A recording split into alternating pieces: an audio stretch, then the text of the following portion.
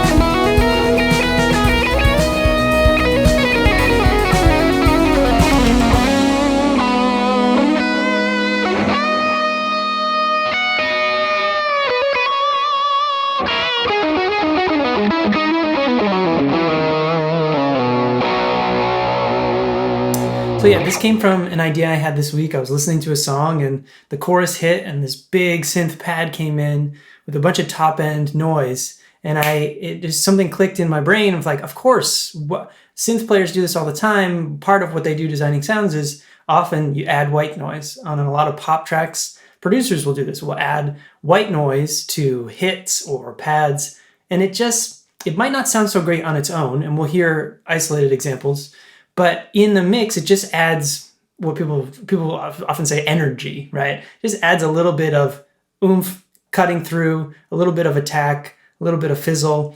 And so we'll hear it, I'll show it to you, and then we'll talk about kind of how it works. So I've dialed in 2 sounds. They're on different presets, and I'll upload both to Axe Exchange. The first is this pad preset. So first we'll hear the sound without the synth. So that sounds like this.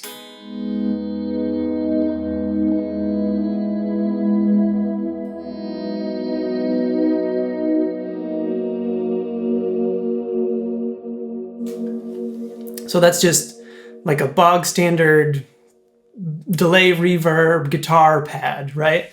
And I've done a video on how to start making your own pad sounds if you want to check that out. So look at what happens. The only thing that's changing here is we just added this synth. So here's what that sounds like.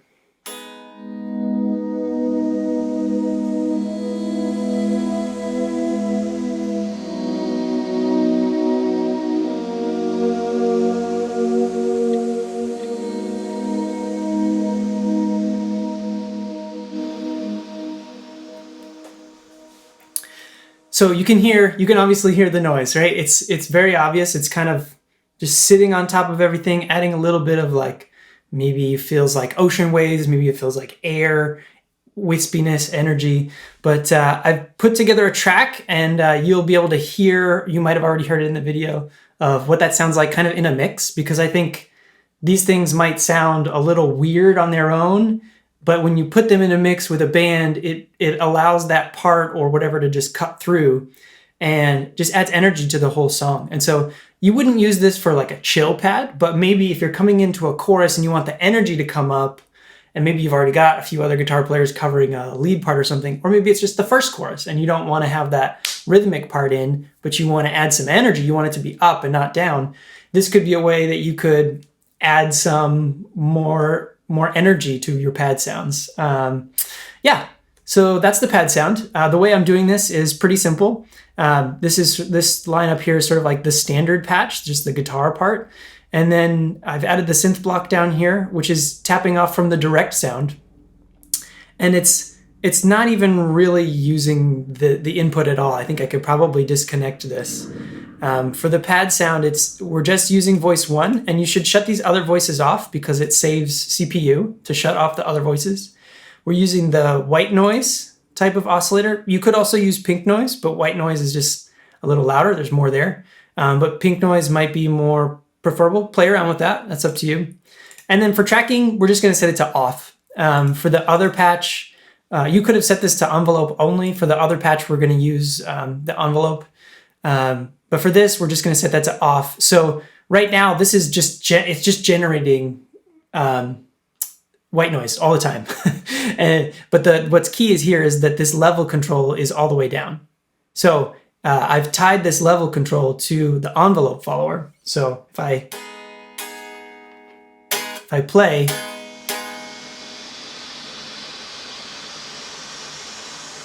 you can see that's opening up the envelope and letting some of that white noise through. So as I play, the sound is, the white noise is getting fed into the reverb. And then just use your expression pedal to control the overall pad sound. And then the other thing I've dialed in here is just a little bit of a sweep, just to give some movement to the noise, so it's not just like constant noise. This makes it seem a little more musical, you have a little more movement. I just tied it to this LFO, so LFO 1A in this case. I limited the parameter range. This goes from like 200 hertz all the way up to 20K. So I limited it to like what sounded like a good range to me. And again, if I play, you can hear what that sounds like.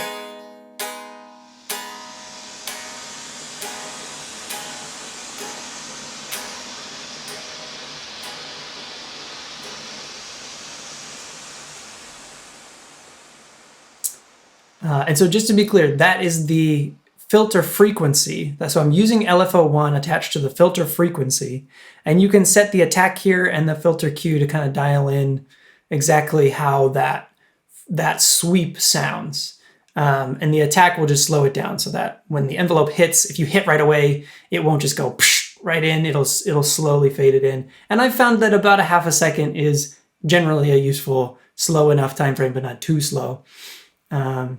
Yeah, so if we go take a look at what, just to round that out, what the LFO is set to, I set it super, super, super slow. So this is set to what, 3 bars right here. It's tied to the tempo. It doesn't have to be tied to the tempo, but I just tied it to the tempo and set it to 3 bars, so it would be super, super slow.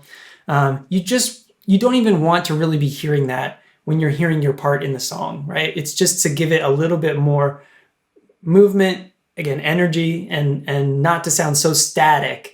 It's just like noise right in your ears, because that's not really fun for anyone to listen to, even in a mix. So yeah, so that's the pad sound.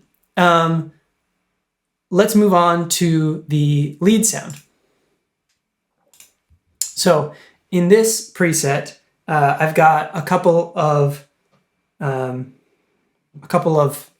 scenes here.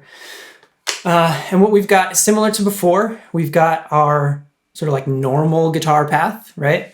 And then we've got this synth block. And here I've got it feeding into the delay. Again, I'm using white noise, but I'm using the envelope only. I'm not using any LFO. We're just picking a frequency and a Q that we thought sounded good. Much slower attack. So not super slow, but much slower. We want it to hit when we hit, right? Because we're gonna play like a melodic line, single note line, and we wanna just have it pop out. And so if I first go over to this lead preset, and here I have a different drive on, because that was from my noodling that maybe you saw earlier. If you use this octave distortion, I think this pairs really well with this technique, because to me, the octave distortion has a kind of synthy quality to it as well, especially if you bump up the drive and bring the tone back a little bit. Especially on a Strat neck pickup, you get this like feedback squealy type of sound. So let me just play for you, and you can hear what the guitar sounds like without the synth part on its own.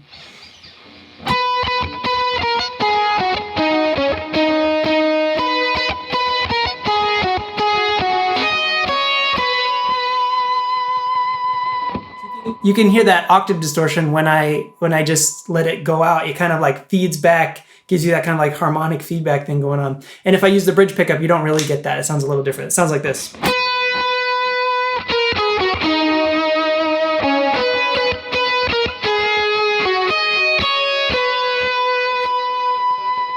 The neck. Anyways, that's not really what this video is about, but I think it pairs well with this. If you've got a lead sound you want to do this to, maybe the octave distortion is a good drive to go for. So if we take that and we go back to, I'll leave that on this. If we go back to lead plus synth, so this is now the same sound, but we've just added this, the synth, the white noise oscillator that should kick in when we hit. So the envelope is following the attack of our guitar. When we hit, the envelope is triggered and then it fades back down. And so yeah, let me just play it for you, and you'll hear the difference.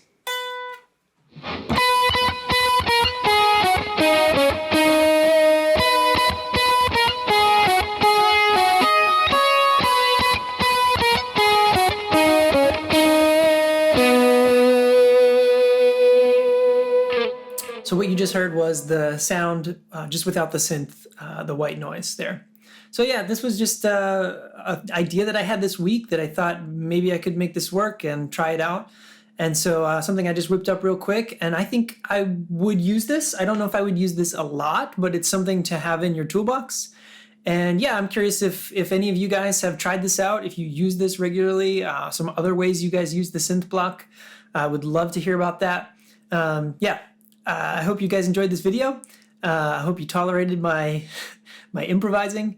And yeah, thanks again for watching. I really, really do appreciate it. And remember, if it sounds good, it is good.